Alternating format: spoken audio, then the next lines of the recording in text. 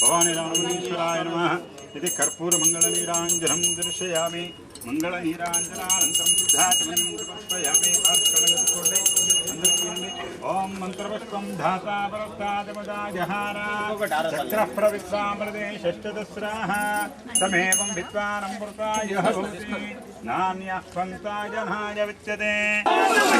ओम नमः शिवाय ओम नमः शिवाय ओम नमः शिवाय हरोम हरा हरोम हरा ओम नमः शिवाय ओम नमः शिवाय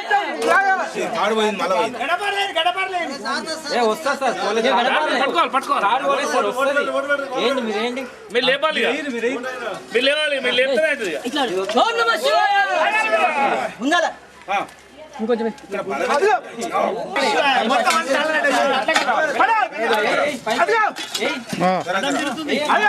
ఓం నమః శివాయ ఓం నమః శివాయ ఇక్కడ బలమేలే పడతాది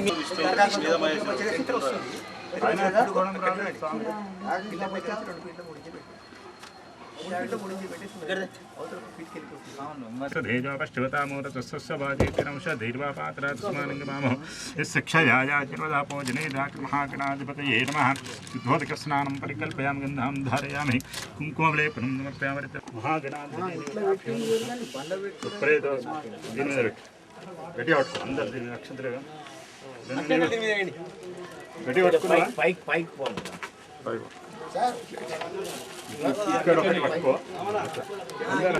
तदंग शुद्ध पुण्याः वाचनं करिष्याम्यहं दीप्तमानसं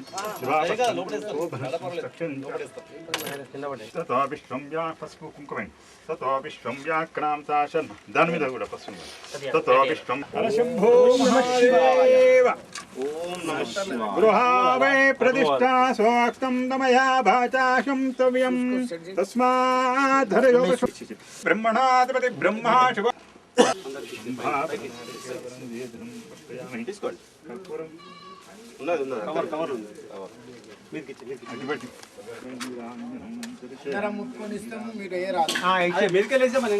దానికి కూడా మళ్ళీ ఒక పద్ధతి ఉంది.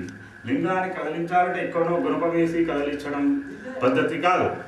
దానికి అప్రదక్షిణ పద్ధతిలో ఒక బంగారు కడ్డీని తీసుకొచ్చి ఆ యొక్క స్వామి సన్నిధానంలో స్వామిని స్మరిస్తూ ఆ యొక్క భూదేవతను స్మరిస్తూ ఆ యొక్క బంగారు కడ్డితోటి వెకిలించడానికి ఒక గోవును తీసుకొచ్చి గోవు తాడుతోటి లింగాన్ని కదిలించాలి అనేటువంటిది శాస్త్రీయమైనటువంటి పద్ధతి.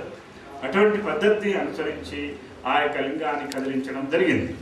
మరి ఆ స్వామికి సంకల్పం స్వామి యొక్క నిర్ణయం ఆ విధంగా జరిగే ఉంది. దానికి తగినటువంటి శాస్త్రాన్ని మనం అనుసరించడం చేత మనకు ఇది కొంచెం సులభతరమైందని నేను భావిస్తున్నాను. అంతేకాకుండా భక్తులందరూ కూడా దానికి అనుగుణంగా సహకరించారు.